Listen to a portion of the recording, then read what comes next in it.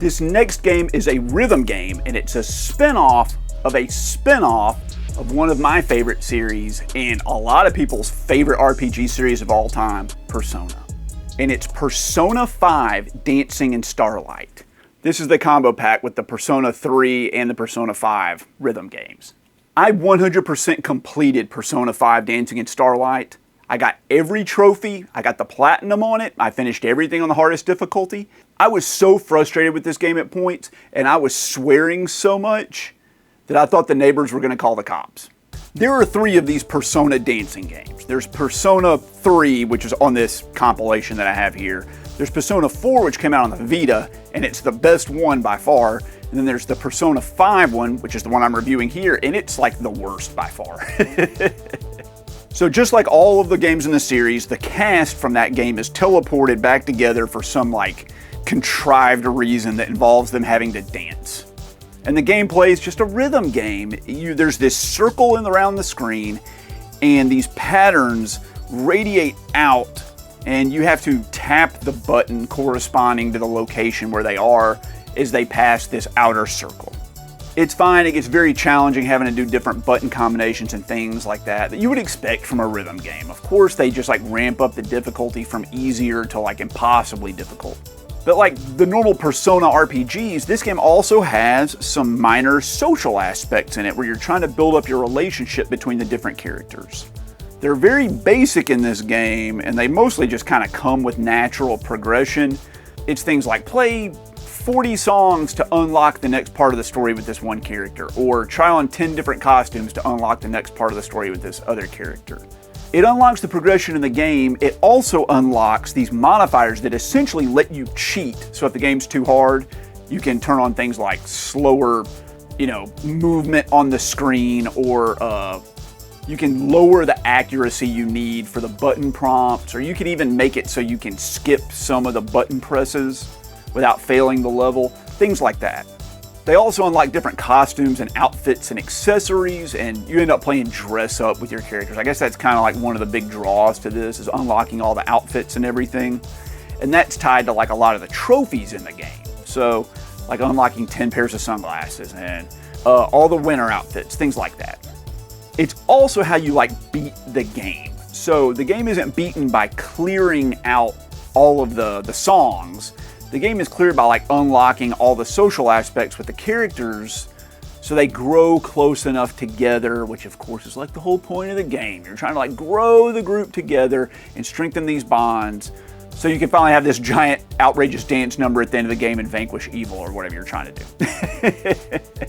It's contrived and it's silly and it kind of feels like a lame afterthought of a way to finish the game, but that's how they did it.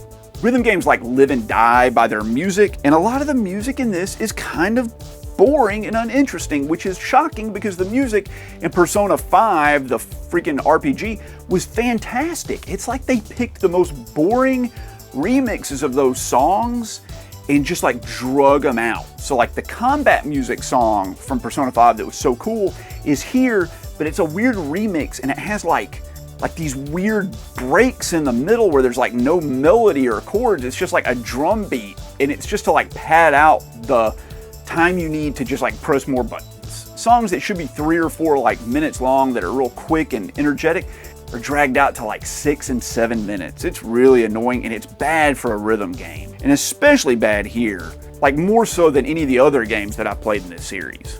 It was cool to see the Persona 5 cast again, and it's one of the strongest groups of characters I've ever seen in any RPG, but it's underutilized here, like it is in all of the Persona dancing rhythm games.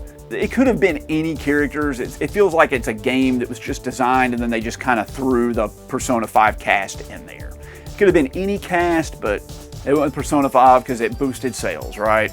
The dialogue writing is like really bad, way inferior to Persona 5, which is an RPG, and it has lots of long dialogue. It's very wordy, verbose. This is really bad, but the story isn't going anywhere, and it feels like nothing's really on the line. So I found myself like skipping a lot of the dialogue. They even tell you that this game is like all a dream, and then none of it matters, and the cast won't even remember it when they wake up. So like, what's the point of doing any of it if none of it matters? It was superficial. It just seemed to be lacking content. Like, you have to play every song like 7 or 8, 9, 10 times if you don't fail. And a lot of the content and the good content's locked behind DLC, which is just BS. Like, that's just bad. I don't understand. It's on the compilation. It came with the Persona 3 rhythm game.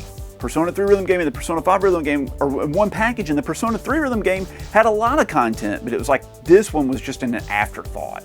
They were probably trying to rush it to get it out shortly after Persona 5 came out, you know, to boost the sales, and it just doesn't feel finished. Have you guys ever heard the story about the former US President Andrew Jackson? And he had a parrot that apparently just knew nothing but like swear words. I think he took it from a bar or something where people had been teaching it swear words, and then he continued to teach it more and more swear words. And then when Andrew Jackson died, they brought the parrot to the funeral, and the parrot got ejected from the president's funeral because it wouldn't stop blurting out swear words. That's me with this game. I got super frustrated. It was overly hard compared to the other ones and not as much fun. So it's like it was harder, worse songs. And I got really frustrated with it, even though I 100%ed the game. I do not think that this game is worth your time. I think it was very mediocre, and it's the worst one in the series.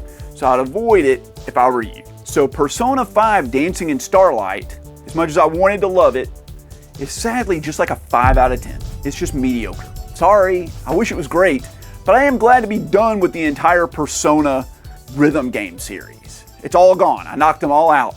And I platinum trophied and 100% completed all 3 of them. There's nothing left to do, except for the DLC that I'm not going to buy.